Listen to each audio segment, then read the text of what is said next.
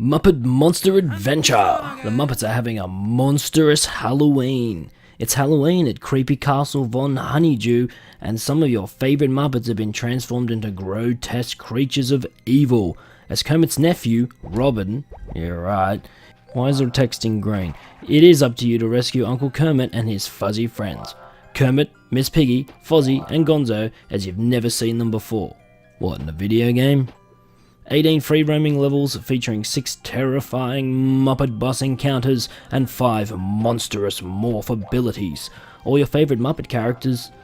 I read that totally wrong. All your favourite Muppet character voices and over 50 absurd Muppet enemies.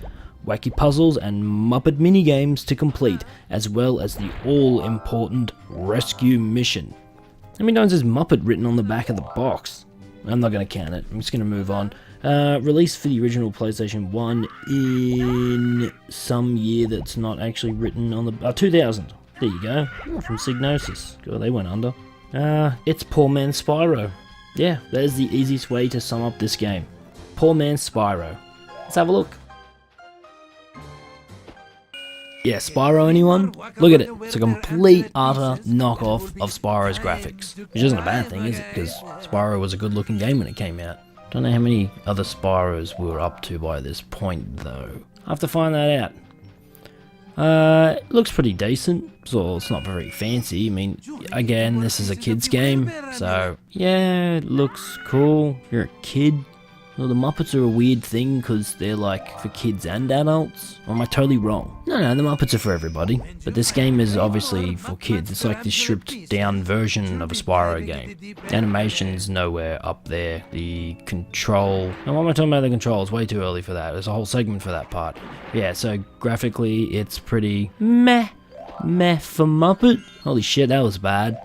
Let's move on. Lot of genericness going on in this one. Looped music that was completely forgettable, but I guess moody because some sort of monster Transylvania thing going on here. Well, that is the theme of the game, so why not? I guess maybe the music worked. Maybe it does fit in. It's just forgettable. Whatever. It's genericness. Sound effects, also genericness. Also forgettable. So, not much to really say other than that. And the voice acting from the prawn dude was pretty cool. I mean, well, I assume the rest of the game is full of the real voice actors. Well, damn it said on the box, so I assume that's what they meant.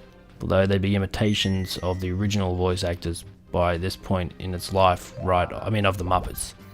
Now I'm going off on a tangent here talking about the Muppets. Remember when the Muppets were cool? Were the Muppets ever cool? Muppets Tonight, that was a great show. Okay, I don't know what I'm talking about. This has nothing to do with the sound. The sound was whatevs. Ugh. Why am I saying that? Nothing to write home about. Serviceable. Genericness. Forgettable. I guess it's doing its job. It's just cutesy sound effects, because, yeah, kids game. Gotta remember kids game. Yep. I'll give you a pass on this one, Muppets. Well played. Well, it's controllable. It clearly wants to be Spyro with a little bit of Crash Bandicoot thrown in there. You could move with the analog stick, but wasn't true 3D movement in the sense of 360 degrees. Spin attack, some laser hand, R1 made you run. Typical bullshit for a platformer. Yeah, it all worked. I didn't really struggle with anything. Although weirdly, the camera control was the L2 and R2 buttons. Even though I was playing the game in analog, the right analog stick seemed to do nothing. Why would it not be the camera control? Friggin' weird. I don't get it. Seems like a dumb oversight. Who knows? Also, who cares? I didn't really struggle with the controls at all. It was playable. I moved around easy enough. Yeah, they worked. I don't know what else you really want from them. I guess if you play a platformer, you just don't want it to be shithouse. So, not shithouse. Yeah, I guess that's high praise? I don't know. Imagine that in a magazine review. Definitely not shithouse. They'd never publish that, would they? So, I would have read that magazine. And also, magazines don't really exist anymore. So, I guess it would be an online article saying, not shithouse. Yeah, I'm lost here. I just like the word shithouse. Controls, they worked. They were good, they were easy to pick up. Everybody ready? Okay. I played pretty much all the main platformers that came out for the PlayStation 1 and a lot of these side sort of knockoff games as well.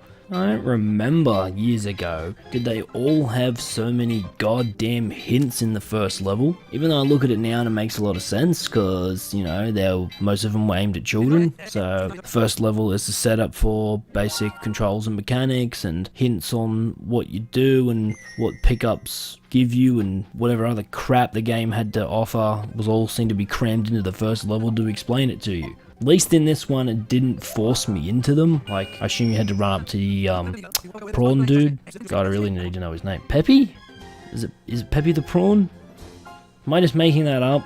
I don't know. It doesn't really matter. You didn't get forced into listening to him crap on. Well, sort of did when I actually talked to him, because I didn't realise how to get out of the text quick enough. But either way, there was a whole ton of hint signs with him standing next to them, and he'd yell at you to come over, but you didn't have to do them, so I just sort of powered through and worked it out myself, so that's kind of a positive. So I guess maybe going back to what I said about the Muppets is for everybody, is the game had the option to show you and teach you everything that you need to know, or you could just go get stuff that I'm just going to work out myself and just blaze through the damn thing, which I did, and I worked it out. It was all fairly straightforward. I thought for a first level, it was alright. I was actually enjoying playing the game. It wasn't anything fancy. It did make me want to play Spyro, so that's a weird compliment for the game.